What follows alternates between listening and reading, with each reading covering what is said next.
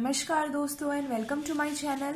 आज हम CBSE class 10th का मैथ्स का चैप्टर देख रहे हैं pair of linear equations in two variables और आज हम सॉल्व करेंगे एक्सरसाइज 3.2। इसका क्वेश्चन नंबर 2 है on comparing the ratios a1 divide a2, b1 divide b2 and c1 divide c2 find out whether the lines representing are following pair of linear equation intersect at a point are parallel और coincide. अब यहाँ पे हमें क्या बोला है कि हमें क्या करना है, ये जो नीचे हमें pair of linear equations given है, हमको उनके ये जो रेशियोज है a1 divide a2, b1 divide b2 और c1 डिवाइड c2, हमें इन्हें कंपेयर करना है और उसके बाद फाइंड करना है कि ये जो given pair of linear equations है वो इंटरसेक्ट करेंगी, पैरेलल होंगी या फिर कोइंसाइड करेंगी। ठीक है, यानी कि वो कोइंसिडेंट होंगी, पैरेलल होंगी या फिर इंटरसेक्टिंग लाइन्स होंगी। ये हमें फाइंड आउट करना है कैसे, इन रेशियोज को कंपेयर कर। ठीक है, तो स्टार्ट करते हैं। तो इसका फर्स्ट पार्ट है 5x minus 4y plus 8 is equals to 0, ये हमारी फर्स्ट इक्वेशन गिवन है।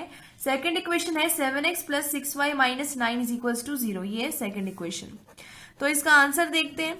तो देखो, कोई भी हमारी लीनियर पेयर ऑफ इक्वेशन किस फॉर्म में होती है, ax प्लस में by प्लस में c इज इक्वल्स टू 0, इस फॉर्म में होती है। तो ये जो फर्स्ट इक्वेशन है इससे हमें a1 क्या मिल रहा है, 5 मिल रहा है, b1 क्या मिल रहा है, y का कोफिशिएंट यानी कि -4, और c हमें क्या मिल रहा है, 8 मिल रहा है।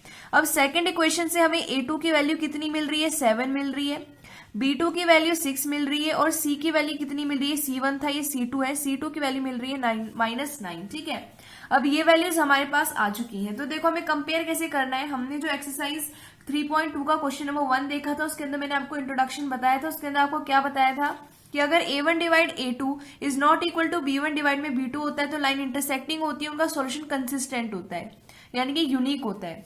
लेकिन जिस समय हम बात करते हैं कोइंसिडेंट लाइंस की, उस समय क्या होता है, a1 divide a2 is equal to b1 divide b2 is equal to c1 divide c2 होता है।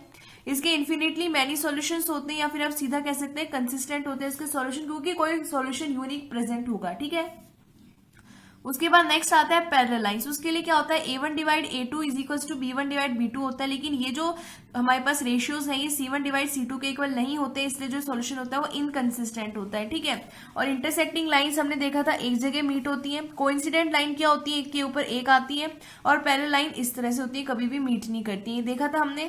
तो ये जो हमारा क्वेश्चन है इसके अंदर हमें फाइंड करना है कि ये जो हमें पेयर गिवन है लीनियर इक्वेशन का, ये क्या है, ये इंटरसेक्टिंग है, कोइंसिडेंट है या फिर पैरेलल है। ठीक है, तो इसके लिए आपको ये रेशियोज को डिवाइड करना पड़ेगा, यानी कि a1 डिवाइड में a2 करेंगे तो 5/7 आ रहा है, ये क्या है a1 डिवाइड में a2, और अगर हम b1 डिवाइड में b2 करते हैं तो ये कितना आएगा, -4 डिवाइड में 6, जो क्या हो जाएगा हमारा -2 डिवाइड में 3, 2 से कैंसिल हो गया।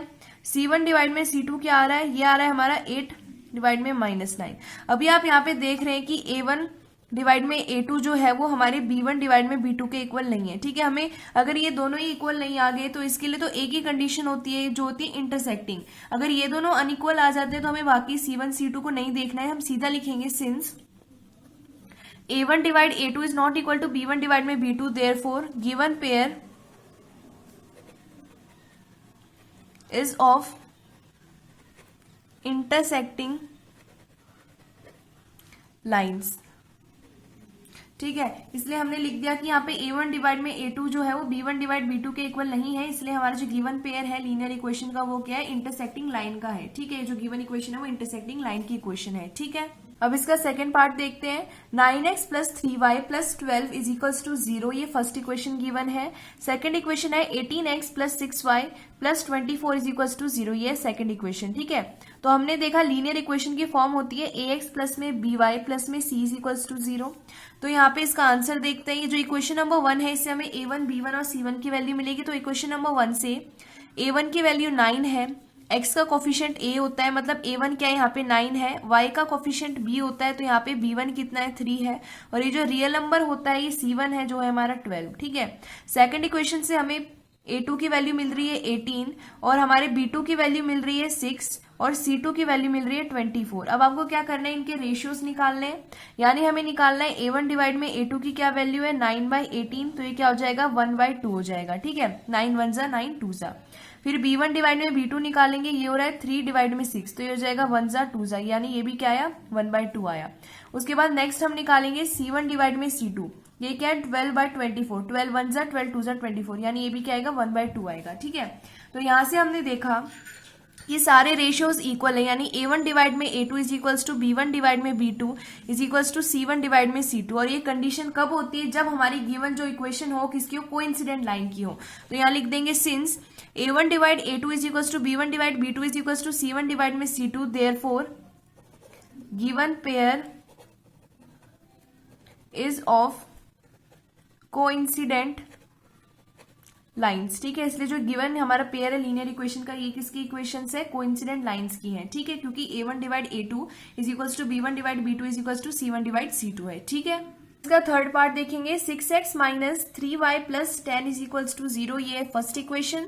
सेकंड इक्वेशन है 2x minus y plus 9 is equals to 0, ये सेकंड इक्वेशन। ठीक है, तो हमें फ्रॉम फर्स्ट इक्वेशन हमें क्या मिलता है, A1 की वैल्यू है 6, B1 की वैल्यू है -3 और C1 की वैल्यू हमें मिल रही है 10। ठीक है, अब हमारी जो सेकंड इक्वेशन है इसे A2 की वैल्यू मिल रही है 2 और B2 की वैल्यू मिल रही है -1 और C2 की वैल्यू मिल रही है 9।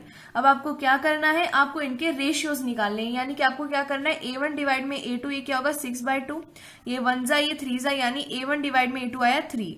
फिर आता है B1 डिवाइड में B2, ये क्या आएगा -3 डिवाइड में -1, माइनस माइनस कैंसिल, ये क्या आया 3 आया। ठीक है, फिर C1 डिवाइड में C2 करेंगे तो क्या आ रहा है 10 डिवाइड में 9 आ रहा है, ये कैंसिल नहीं हो रहा है। तो यहां से हम देख सकते हैं कि A1 डिवाइड में A2 3 आया, B1 डिवाइड में B2 भी 3 आया, यानी कि A1 डिवाइड में A2 is equals to B1 divide में B2।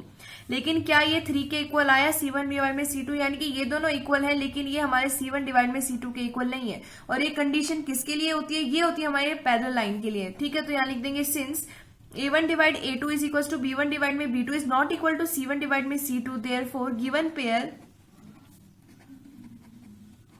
Is for parallel lines. ये किसके लिए था, पैरेलल लाइन के लिए थी ये गिवन पेयर की इक्वेशंस। ठीक है, इसका क्वेश्चन नंबर 3 देखते हैं। On comparing the ratios A1 divide A2, B1 divide B2 and C1 divide C2, find out whether the following pair of linear equations are consistent और इनकंसिस्टेंट। हमें क्या करना है, हमें फाइंड करना है कि ये जो गिवन पेयर हमें गिवन है लीनियर इक्वेशंस का, इनके हमें रेशियोज को कंपेयर करना है और बताना है क्या ये जो लीनियर इक्वेशन है वो कंसिस्टेंट है या फिर इनकंसिस्टेंट है। अगर हमारा जो पेयर है लीनियर इक्वेशन का, अगर वो इंटरसेक्टिंग लाइन का है या फिर कोइंसिडेंट लाइन का है तो वो कंसिस्टेंट होगा, मतलब उसकी सॉल्यूशन प्रेजेंट होगी। ठीक है, हमारी जो लाइंस है अगर वो पैरेलल होंगी, जो लीनियर इक्वेशन अगर वो पैरेलल आती हैं तो उनका सॉल्यूशन इनकंसिस्टेंट होगा, मतलब जो गिवन पेयर होगा लीनियर इक्वेशन का वो इनकंसिस्टेंट होगा, मतलब उसकी कोई सॉल्यूशन प्रेजेंट नहीं होगी। ठीक है, इसका फर्स्ट पार्ट देखते हैं। 3x plus 2y is equal to 5, ये हमें फर्स्ट इक्वेशन गिवन है। सेकेंड इक्वेशन है 2x minus 3y is equal to 7, ये है सेकेंड इक्वेशन। ठीक है, इसके अंदर भी आपको क्या करना है, रेशियोज को कंपेयर करना है। तो फर्स्ट इक्वेशन से A1 की वैल्यू मिली 3 और B1 की वैल्यू मिली 2 और C1 की वैल्यू मिली यहाँ पे 5 है, उस साइड जाएगा तो -5। ठीक है, और उसके बाद हमारे पास A2 की वैल्यू कितनी है, 2 है, B2 की वैल्यू है -3 और C2 की वैल्यू कितनी आएगी, 7 है, उस साइड जाएगा तो -7। ठीक है, हम उस साइड क्यों भेज रहे हैं C को, क्योंकि हमारी जनरल फॉर्म होती है AX प्लस BY प्लस में C इज इक्वल्स टू 0, यानी कि C हमारा LHS साइड प्रेजेंट होना चाहिए। तो आपको क्या करना है, C को उस साइड भेज के ही यहाँ पे वैल्यू लिखनी है। ठीक है, तो कंपेयर करते हैं रेशियोज। A1 डिवाइड में A2 कितना होगा, 3/2, B1 डिवाइड में B2 कितना होगा, 2/-3 और C1 डिवाइड में C2 कितना होगा, -5 डिवाइड में -7 हो गया, यानी कि 5/7। ठीक है, तो यहाँ पे हम देख सकते हैं कि यहाँ पे A1 डिवाइड में A2 है 3/2 और B1 डिवाइड में B2 है 2/-3। तो यहाँ पे A1 डिवाइड में A2 जो है वो इक्वल नहीं है B1 डिवाइड में B2 के। इसका मतलब है कि ये कंडीशन किसकी है, ये है इंटरसेक्टिंग लाइन की। किसकी है, इंटरसेक्टिंग लाइन्स की। और इंटरसेक्टिंग जो लाइन्स होती है उनको वो क्या होती है, कंसिस्टेंट होती है। यहाँ पे लिख देते हैं therefore given pair is consistent. जो हमारा गिवन पेयर है वो कंसिस्टेंट है, यानी कि इसकी यूनिक सॉल्यूशन प्रेजेंट होगी। ठीक है, ये रहा इसका second part. 2x minus 3y is equal to 8, ये फर्स्ट इक्वेशन है। x minus 6y is equal to 9 है इसकी सेकंड इक्वेशन। ठीक है, तो इसका आंसर देखते हैं। हमें बताना है कि ये जो गिवन पेयर है वो कंसिस्टेंट है या इनकंसिस्टेंट। अगर सॉल्यूशन आएगी तो कंसिस्टेंट है, अगर कोई सॉल्यूशन नहीं आएगी तो वो इनकंसिस्टेंट है। ठीक है, तो यहाँ पे फर्स्ट इक्वेशन से A1 की वैल्यू मिली 2, B1 की वैल्यू मिली -3 और C1 की वैल्यू कितनी मिलेगी, 8 को आपको LHS साइड लेके जाना है, यानी C1 की वैल्यू कितनी है, -8 है। सेकंड इक्वेशन से A2 की वैल्यू 4 है, B2 की वैल्यू -6 है और C2 की वैल्यू कितनी आएगी, 9 उस साइड जाएगा तो -9। ठीक है, अब कंपेयर करते हैं रेशियोज। A1 डिवाइड में A2 कितना हो जाएगा, 2/4 यानी कि 1/2। B1 डिवाइड में B2 कितना हो जाएगा, -3 डिवाइड में -6, माइनस माइनस कैंसिल, 1/2। और C1 डिवाइड में C2 कितना हो जाएगा, -8 डिवाइड में -9, माइनस माइनस कैंसिल, यानी कि 8/9। ठीक है, तो यहाँ पे हम देख रहे हैं कि A1 डिवाइड में जो A2 है वो भी 1/2 है और B1 डिवाइड में B2 भी 1/2 है, यानी कि A1 डिवाइड में A2 किसके इक्वल है, B1 डिवाइड में B2 के। लेकिन ये C1 डिवाइड में C2 के इक्वल नहीं है।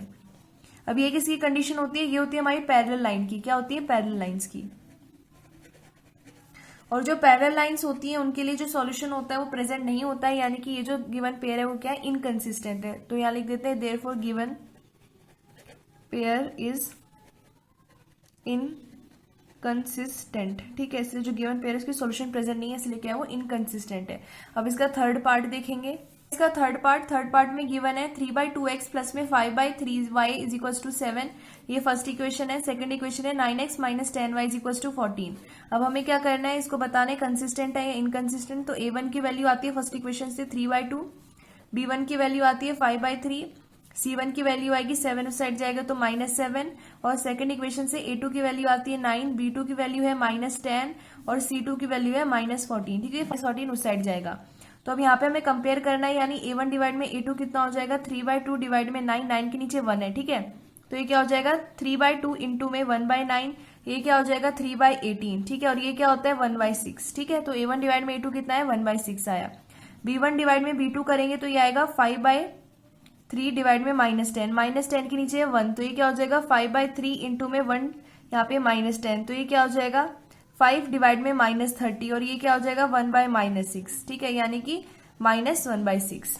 और उसके बाद C1 डिवाइड में C2 कितना हो जाएगा, ये हो जाएगा -7 डिवाइड में -14, ये दोनों कैंसिल, माइनस माइनस, तो ये हो जाएगा 7/14 यानी कि 1/2। ठीक है, अभी हम देख रहे हैं यहाँ पे A1 डिवाइड में A2 है 1/6, B1 डिवाइड में B2 है -1/6, यानी कि A1 डिवाइड में जो A2 है वो नहीं है इक्वल, क्योंकि यहाँ माइनस आ गया। ठीक है, 1 और -1 तो इक्वल नहीं होती, इसलिए 1/6 और -6 भी इक्वल नहीं है। A1 डिवाइड में A2 is not equal to B1 divide में B2, और ये किसकी कंडीशन होती है, इंटरसेक्टिंग लाइन की, इंटरसेक्टिंग लाइंस की। और इंटरसेक्टिंग लाइंस के लिए क्या होता है, यूनिक सॉल्यूशन प्रेजेंट होता है। Therefore given pair is consistent, इसलिए जो हमारे गिवन पेयर दे रखा है लीनियर इक्वेशंस का वो क्या है, कंसिस्टेंट है। ठीक है, का फोर्थ पार्ट देखते हैं। 5x minus 3y is equal to 11, ये है फर्स्ट इक्वेशन। सेकंड इक्वेशन है -10x plus 6y is equal to -22, ये है सेकंड इक्वेशन। ठीक है, फिर से एक बार याद दिला देती हूँ कि जो हमारा लीनियर इक्वेशन का इक्वेशन होती है उसको हम लिखते हैं ax प्लस में by प्लस में c के फॉर्म में। इसलिए ये जो इक्वेशन है हम क्या करते हैं, c को उस साइड भेजते हैं, इस वजह से हम यहाँ पे लिखते हैं a1 की वैल्यू कितनी है 5 है, b1 की वैल्यू है -3, और c1 हमारा c1 क्या होता है LHS साइड होता है, यहाँ RHS साइड, तो उसको LHS साइड भेजेंगे तो c1 की वैल्यू आएगी -11। इक्वेशन नंबर सेकंड से हमें a2 की वैल्यू मिलेगी -10, b2 की वैल्यू मिलेगी 6 और c2 की वैल्यू कितनी मिलेगी, यहाँ -22 है, उस साइड जाएगा तो प्लस में 22। ठीक है, अब कंपेयर करने के लिए a1 डिवाइड में a2 कितना हो जाएगा 5 डिवाइड में -10, यानी ये हो जाएगा 1/-2। ठीक है, उसी तरह b1 डिवाइड में b2 कितना हो जाएगा -3 डिवाइड में 6, यानी ये क्या हो जाएगा -1 डिवाइड में 2, और उसके बाद c1 डिवाइड में c2 कितना हो जाएगा -11 डिवाइड में 22, ये क्या हो जाएगा -1/2। ठीक है, अब a1 डिवाइड में a2 भी -1/2 है, क्योंकि ये इसको ऐसे लिख सकते हैं ना -1 डिवाइड में 2, b1 डिवाइड में b2 भी है -1/2, c1 डिवाइड में c2 भी है -1/2। यहाँ से हमने देखा कि a1 डिवाइड में a2 is equals to b1 divide में b2 is equals to c1 divide में c2। ये किसके लिए होता है, ये होता है को इंसिडेंट लाइंस के लिए, ये कंडीशन होती है कोइंसिडेंट लाइंस के लिए। उसके लिए क्या होता है, कंसिस्टेंट सॉल्यूशन प्रेजेंट होता है। Therefore given pair is